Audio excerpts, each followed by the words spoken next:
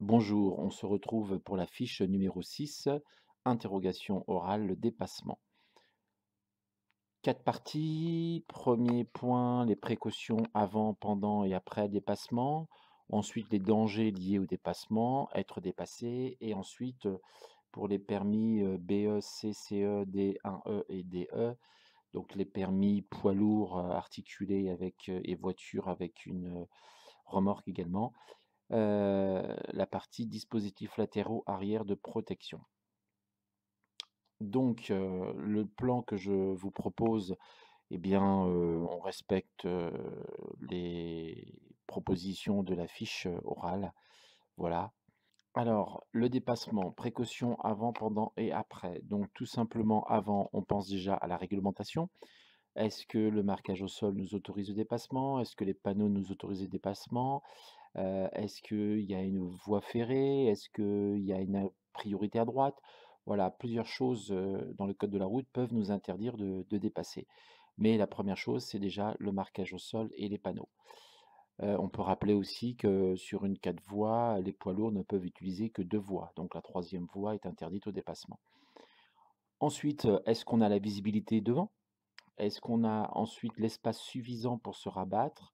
Et est-ce qu'au niveau largeur, la route va permettre de pouvoir dépasser? Je rappelle qu'on est au volant d'un véhicule poids lourd, donc avec une largeur, on va dire en général 2,50 m, 2,55 m, 2,60 m pour un frigo. Donc voilà, il faut tenir compte de la largeur. Est-ce qu'on aura une distance suffisante, pour faire le dépassement? Heu, Notre camion ne va pas accélérer de la même façon qu'une voiture, donc il faut une distance suffisante. Est-ce qu'on maîtrisera son gabarit?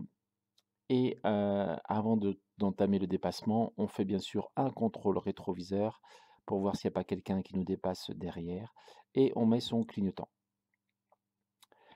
On fait aussi attention aux intersections sur les côtés, hein. Quelqu'un qui est un peu plus loin, à un stop, s'engagerait sur la route, ça pourrait poser problème.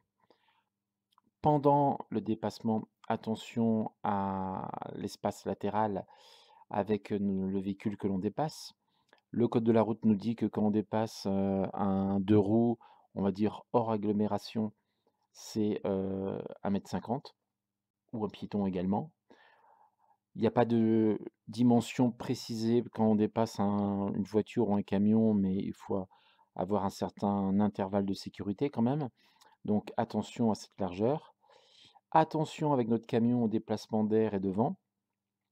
On regarde devant pour maintenir une bonne trajectoire, donc on tient bien son volant, hein, position 10h10 de préférence pour avoir une bonne stabilité et on surveille les rétroviseurs pour justement surveiller les problèmes de gabarit.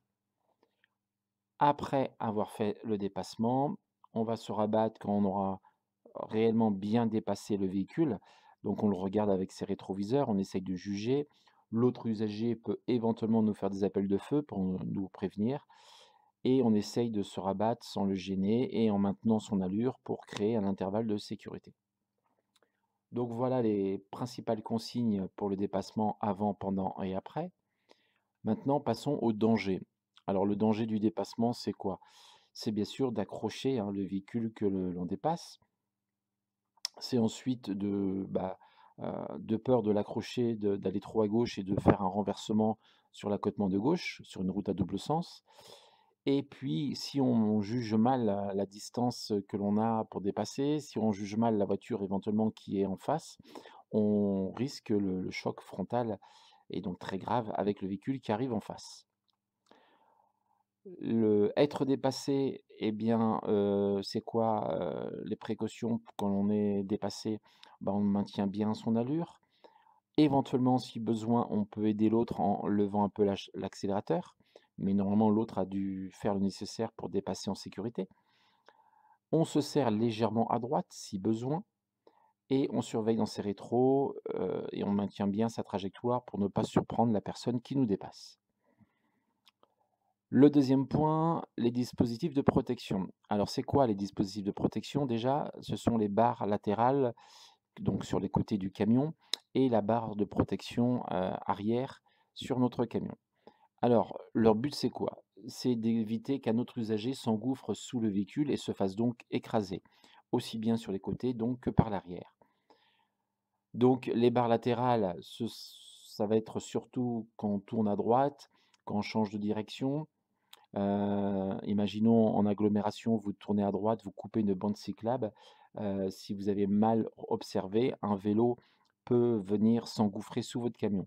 La barre latérale évitera que cela arrive. Heu, donc voilà, même chose quand vous sortez d'un rond-point, vous avez mal, regardé ou alors un vélo était dans l'angle mort. Le vélo, au lieu de s'engouffrer sous le véhicule, ben, sera renvoyé par la barre de protection latérale. La barre anti-encastrement arrière donc, là, c'est en cas de freinage soudain, elle évite que l'usager qui est derrière nous s'encastre sous notre véhicule. Hem, donc en cas, je précise, en situation de camion-remorque, pensez après avoir décroché sa remorque qu'il faut bien descendre sa barre anti-encastrement, hein. La plupart du temps, quand on accroche une remorque, la barre, elle est relevée. Donc quand on décroche, il faut bien penser à mettre sa barre anti-encastrement.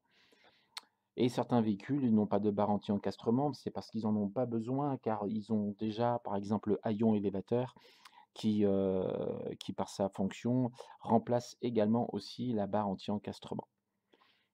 Donc voilà, cette fiche est terminée, je serais tenté de dire c'est l'une des plus faciles. En apprenant un petit peu, en préparant son oral, on peut très facilement avoir 2 sur 3 et si on est rigoureux, on obtient les 3 sur 3. Voilà, bon courage et découvrez mes autres fiches.